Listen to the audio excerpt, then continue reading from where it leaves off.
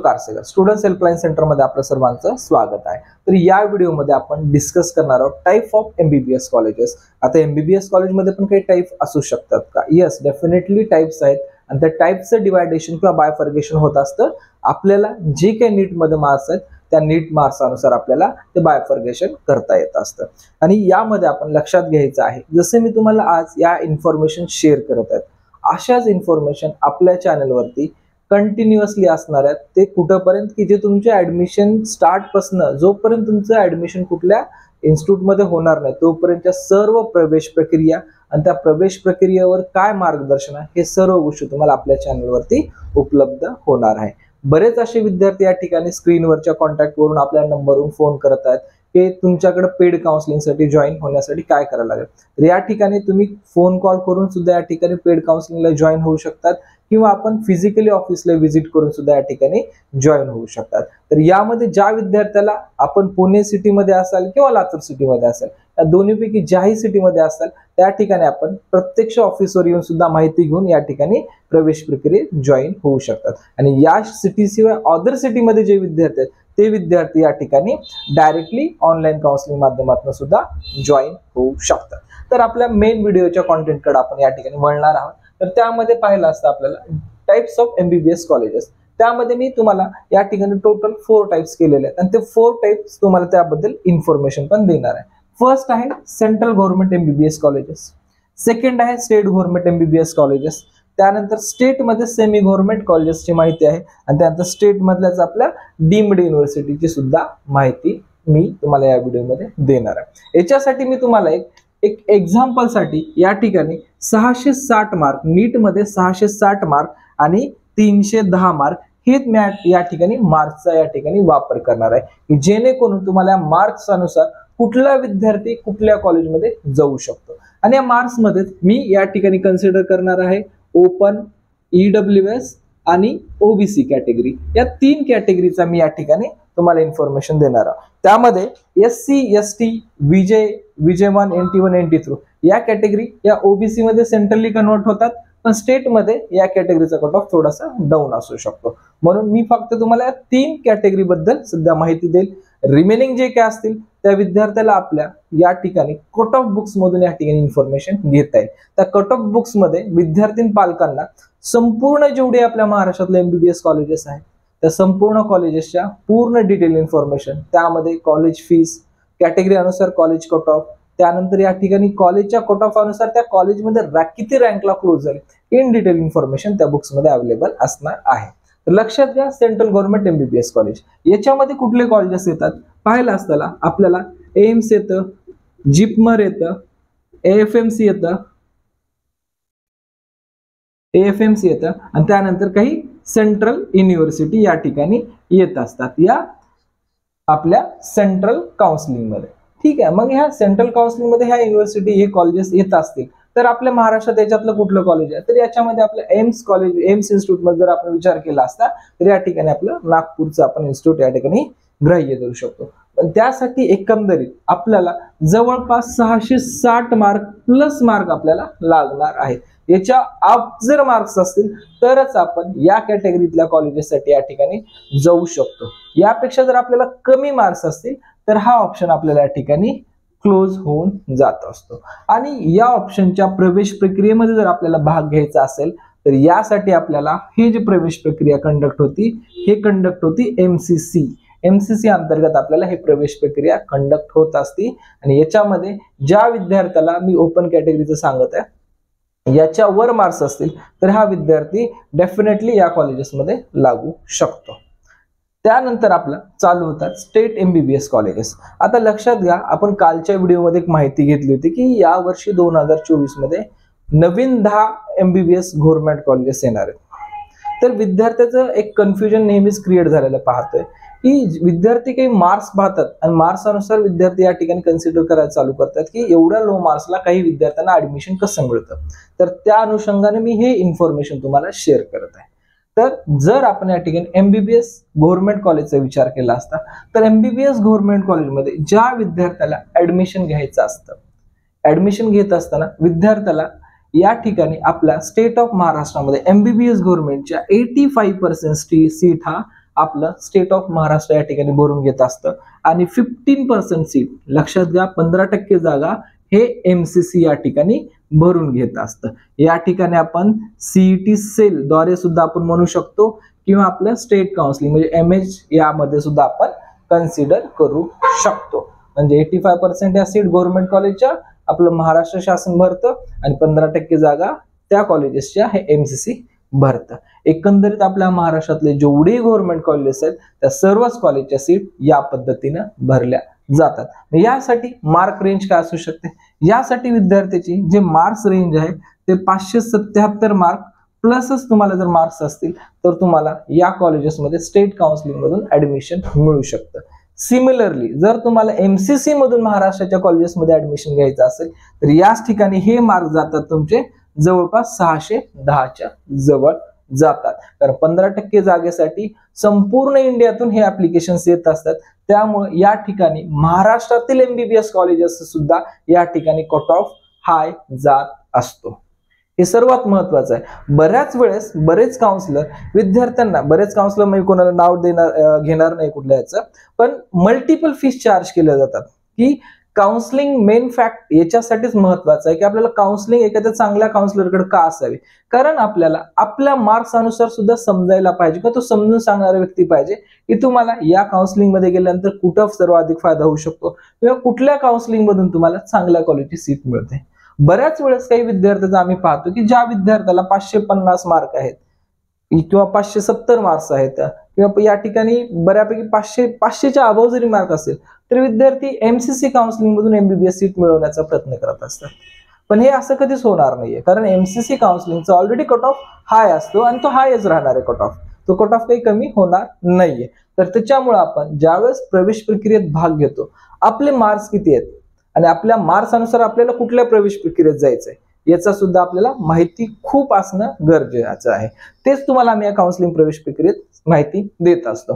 तर याच्यामध्ये तुम्ही पाहिलं असाल की 577 मार्क्स आणि 610 डिफरंट बराच तुम्हाला या ठिकाणी जाणवू शकतो आणि हा डिफरन्स दरवर्षी तुम्हाला जाणवेल, असं नाही की फक्त याच वर्षी दिसेल, दरवर्षी जाणवतो. कारण MCC काउन्सिलिंग अंतर्गत पूर्ण भारतातनं ऍडमिशनचे ऍप्लिकेशन आपल्या महाराष्ट्रातील MBBS कॉलेजसाठी येत असतात. त्यामुळे इथला कट ऑफ मेजरली हायच कट ऑफ आपल्याला दिसून येत असतं. आता लक्षात घ्या याच मध्ये अजून एक महत्वाचा डिफरंट आहे की जेही तुम्ही कॉलेज घेतात त्या गव्हर्नमेंट कॉलेजेसमध्ये तुम्हाला जवळपास 1,30,000च्या जवळ तुम्हाला या ठिकाणी फी स्ट्रक्चर जात असतं. तुम्ही 1,30,000च्या जवळ फी स्ट्रक्चर जर भरत असाल तर तुम्हाला या ठिकाणी कॉलेजेसचं संपूर्ण या ठिकाणी कॉलेज फीस पासनं पूर्ण हॉस्टेल फीस वगैरे सर्व गोष्टी याच्यामध्ये इन्क्लुडेड असतात या फीस मध्ये. ठीक आहे, हे खूप महत्वाचं या ठिकाणी पार्ट आहे. दुसरी गोष्ट आता आपण थर्ड पॉइंट कडे जाऊ. आपलं क्लिअर झालं म्हणजे central MBBS college, state MBBS college, त्यानंतर स्टेट मधले जे काही सेमी गव्हर्नमेंट कॉलेजेस आहेत याबद्दल आपण माहिती घेऊ. आता state semi government MBBS college याच्यामध्ये सुद्धा 85% आणि 15% या ठिकाणी डिवायडेशन करून दिलेलं आहे. 85% आणि 15%. तर याच्यामधल्या जे सेमी गव्हर्नमेंटच्या सीट्स आहेत आपल्या महाराष्ट्रातील जे काही सेमी गव्हर्नमेंटच्या सीट आहेत या सेमी गव्हर्नमेंटच्या सीट या टोटली आपलं महाराष्ट्र शासन 85% जागेसाठी भरून घेत असतं आणि रिमेनिंग जे जागा आहेत ते आपण या ठिकाणी इन्स्टिट्यूट कोटा सुद्धा या ठिकाणी कन्सिडर करू शकतो. ठीक आहे, इन्स्टिट्यूट कोटा सुद्धा या ठिकाणी कन्सिडर केला जातो. हे जे 15% जागा आहेत ह्या 15% जागा बाय मेरिट, लक्षात घ्या या 15% सुद्धा जागा बाय मेरिट या तुमच्या मॅनेजमेंट कोट्यातनं भरल्या जात असतात. आता बहुतांश बऱ्याच विद्यार्थ्याला मॅनेजमेंट कोट्यातनं सीट हवी असते, पण ह्याच्यामध्ये काही लोक म्हणतात की गव्हर्नमेंटच्या रूल्स अनुसार मेरिट लिस्टने जागाही मिळत असतात. हे पण बऱ्याच वेळेस आपण पाहतो, ऐकले असतील, बऱ्याच लो मार्क्सला सुद्धा या सीट मिळालेल्या असतात. त्याचे रिझन्स काय असतात, कशामुळे दिल्या जातात, हे तुम्हाला मी ज्यावेळेस कुठलाही विद्यार्थी समोर काउन्सिल आहे त्यावेळेस मी याच्या गोष्टी तुम्हाला क्लिअर करू शकतो. ठीक आहे, तर आपण पाहिलं असता या ठिकाणी 85% जागा हे आपल्या नीट मार्क्स अनुसार दिल्या जातात. नीट जे काही आपले मार्क्स स्कोर आहे त्या मार्क्स अनुसार आपल्या जागा मिळतात. जवळपास या सेमी गव्हर्नमेंट सीटसाठी 527 मार्कापासून आपल्याला पुढे मार्क्स असतील तर या कॉलेजेसमध्ये आपल्याला सीट मिळू शकतात. आणि हे जे मी तुम्हाला मार्क्स सांगतोय हे 2023च्या काउन्सिलिंग प्रोसेससाठी जे काय मार्क होते ते तुम्हाला या ठिकाणी मी मेन्शन करत आहे. जवळपास 527च्या पुढे जर मार्क्स असतील तुमचे तर या सीट तुम्हाला मिळू शकतात. आणि या ठिकाणी मॅनेजमेंटमध्ये याच्यासाठी फक्त जस्ट क्वालिफाईड कॅन्डिडेट जरी असेल तरी सीट या ठिकाणी मिळू शकते. ते कशी मिळू शकते ते तुम्हाला मी ज्यावेळेस विद्यार्थी समोर येतील याच्यासाठी मी तुम्हाला सांगून देईन. नेक्स्ट आहे आपल्या या टाइप्स मध्ये डीम्ड युनिव्हर्सिटी. लक्षात घ्या, जसं जसं तुम्ही वरून खाली येताल तसा तसा तुमचा हा कट ऑफचा ग्राफ सुद्धा खाली येत राहणार. त्याचं रिझन्स काय लक्षात घ्या, तुम्हाला जेवढे कमी मार्क्स असतील तेवढं तुम्हाला इथून तुम्हाला डिक्रीजिंग ऑर्डर दिसेल. हे तुम्हाला रँक किंवा नीट स्कोरचा डिक्रीजिंग ऑर्डर दिसेल. पण तुम्ही जसं जसं इथून वर जाताल तसं तसं तुम्हाला या ठिकाणी पेमेंटचा जो ऑर्डर असणार आहे हा पेमेंटचा ऑर्डर सुद्धा कमी कमी होत जाईल. कुठून? इकडून कमी होत जाईल. आणि जसा जसा तुम्ही इकडे येताल तसा तसा तुम्हाला या ठिकाणी पेमेंट जे लागणार आहेत ह्या सुद्धा म्हणजे इनडायरेक्टली तुम्हाला जे फी स्ट्रक्चर लागणार आहे हे हाय होत जाणार आहे. लक्षात घ्या, इथं खूप मिनिमम फीस आहे, इथं सुद्धा खूप मिनिमम फीस आहे. पण ज्यावेळेस या ठिकाणी तुम्ही येताल सेमी गव्हर्नमेंट कॉलेजेसमध्ये तर त्या ठिकाणी तुम्हाला एकंदरीत जवळपास 7 लाखापासून पुढे हे 16 लाखापर्यंत तुमच्या ह्या फीस जाणार आहेत. ज्यावेळेस तुम्ही महाराष्ट्रातल्या सेमी गव्हर्नमेंट कॉलेजचा विचार करताल हे तुम्हाला 7 लाखापासून ते जवळपास 16 लाखापर्यंत या फीस जाणार आहेत. जेवढी तुम्ही जास्त फीस भरताल तेवढा तुमचा नीटचा कट ऑफ कमी असतो. हा रेशिओ आहे. जेवढं तुमचं बजेट जास्त तेवढा तुमचा कट ऑफ जरी कमी असेल तरी या ठिकाणी चालू शकतं. तेच आहे आपलं डीम्ड युनिव्हर्सिटी. जसं पाहिला डी.वाय. पाटील आहे, MGM आहे, भारतीय विद्यापीठ आहे, यांच्या जे डीम्ड युनिव्हर्सिटीज आहेत या डीम्ड युनिव्हर्सिटीमध्ये जवळपास तुम्हाला 310 मार्कापर्यंत सुद्धा या ठिकाणी कॉलेज मिळू शकतं. बरोबर आहे, 310 मार्कला सुद्धा कॉलेज मिळू शकतं जर तुम्ही काउन्सिलिंगच्या शेवटच्या राऊंड पर्यंत जर थांबत असाल तर. या मार्कला सुद्धा 100% तुम्हाला कॉलेज मिळून जातं. पण या ठिकाणी जर पाहिलं असतं आपल्याला तर बेसिकली हे डीम्ड युनिव्हर्सिटी काउन्सिलिंग प्रवेश प्रक्रिया ही MCC अंतर्गतच होत असते. आणि ह्या डीम्ड युनिव्हर्सिटीच्या टोटल 100% सीट ह्या MCC थ्रूच या ठिकाणी भरल्या जात असतात. आणि या जागा भरत असताना बाय मेरिटच भरल्या जातात. पण या जागा भरल्या ज्या विद्यार्थ्याची अलॉटमेंट होते त्या विद्यार्थ्याची एकंदरीत फीस हे 18 लाखापासून ते जवळपास 38 लाखापर्यंत पर इयर तुम्हाला फीस भरावी लागते. लक्षात घ्या, हे खूप महत्वाचा पॉइंट आहे. जेवढे आपल्याकडे जास्त अमाऊंट मध्ये पैसे असतील तेवढे आपल्याला या ठिकाणी अशा कॉलेजेसमध्ये सीट मिळायची ह्यूज चान्स. भले आपले लो जरी मार्क्स असतील तरी आपल्याला डीम युनिव्हर्सिटीमध्ये या ठिकाणी ऍडमिशन मिळू शकतं. काही विद्यार्थ्याला डीम युनिव्हर्सिटी म्हणू शकतात किंवा काही विद्यार्थ्याला प्युअरली प्रायव्हेट कॉलेज सुद्धा या ठिकाणी म्हणू शकतात. तर या व्हिडिओमध्ये मला असं वाटतं की मी तुम्हाला MBBS कॉलेजचे काय टाइप्स आहेत, त्या टाइप्स अनुसार आपल्याला मार्क्स किती लागणार आहेत आणि मार्क्स नंतर त्या कॉलेजमध्ये फीस किती लागू शकते याबद्दल सुद्धा तुम्हाला मी माहिती दिलेली आहे. जर या व्हिडिओच्या माध्यमातून काही विद्यार्थ्याला जर डाऊट्स असतील, क्वेश्चन्स असतील तर तुम्ही कमेंट्समध्ये विचारा. कमेंट्समध्ये विचारल्यानंतर मी तुम्हाला त्याचा ऍज सून ॲज या ठिकाणी आन्सर देईल. लक्षात घ्या, सगळ्यात हायर कट ऑफ असणारे कॉलेजेस आणि सगळ्यात लोअर फीस असणारे कॉलेज हे सेंट्रल गव्हर्नमेंटचे MBBS कॉलेज. त्याच्यामध्ये एम्स, जिपमर, AMC याचा समाविष्ट होतो. त्याच्यानंतर आपलं सेकंड आहे स्टेट गव्हर्नमेंट मधले आपले जेही कॉलेजेस आहेत, MBBS गव्हर्नमेंट कॉलेजेस या कॉलेजचा समाविष्ट होतो.